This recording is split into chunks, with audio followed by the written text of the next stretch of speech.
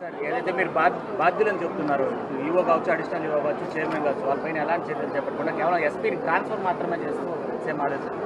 ఇది బాధాకరమైన విషయం ఏమిటి అని అంటే, అన్నిటికన్నా నిజంగా బాధాకరమైన విషయం చంద్రబాబు నాయుడు అనే వ్యక్తి ఒక బిల్డప్ చేసి, ఒక షో పుట్టప్ చేసి, చిన్న చిన్న అధికారులు, ఏదో చిన్న లోవర్ లెవెల్ అధికారుల మీద ట్రాన్స్ఫర్లు, ఇటువంటి శిక్షలతో సరిపెట్టే కార్యక్రమాలు చేస్తూ ఉన్నాడు.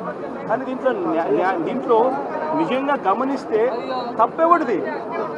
తప్పు దీంట్లో లెక్క చూస్తే చంద్రబాబు నాయుడు చేసిన తప్పు కనిపిస్తూ ఉంది. ఆయన కుప్పంలో పర్యటన 6వ తారీఖు, 7వ తారీఖు, 8వ తారీఖు మధ్యాహ్నం దాకా పోలీసులు మొత్తం తన చుట్టూ తిరుగుతూ ఉన్నారు. ఇక్కడ భక్తుల కోసము కేటాయింపులు చేయాల్సిన పోలీసులు లేకపోవడం, కానీ చంద్రబాబు నాయుడు తప్పు కనిపిస్తూ ఉంది కదా. అదే రకంగా ఎస్పీ చంద్రబాబు నాయుడు గారిని ప్రసన్నం చేసుకునే దానికోసం తాపత్రయపడతాడు. కానీ ఇక్కడ ఎస్పీ వైరస్ లక్షల మంది డివోటీస్కు సెక్యూరిటీ ప్రొవైడ్ చేయాలి అని చెప్పి కనీసం ఆలోచన కూడా చేయని ఎస్పీ, ఈయనది తప్పు. కలెక్టర్ది తప్పు.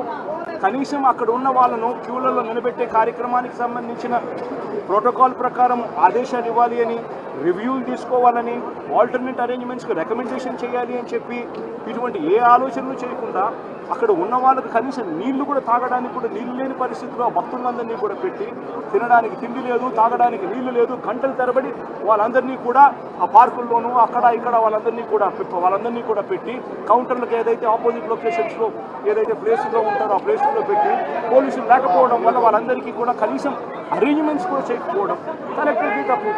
ఇంతమందిని ప్రవేశింప చేయాలి అని గుడిలోకి తీసుకునే వాళ్ళు ఈవో, అడిషనల్ ఈవో, వీళ్ళది తప్పు. వీళ్ళందరికీ ఆజమాయిషి చేసే టీటీడీ చైర్మన్ ఆయనది తప్పు. రివ్యూలు తీసుకోకుండా వీళ్ళందరూ కూడా దీన్ని తాస్కారం చేసి ఇంతమంది చావులకు కారణమయ్యారు.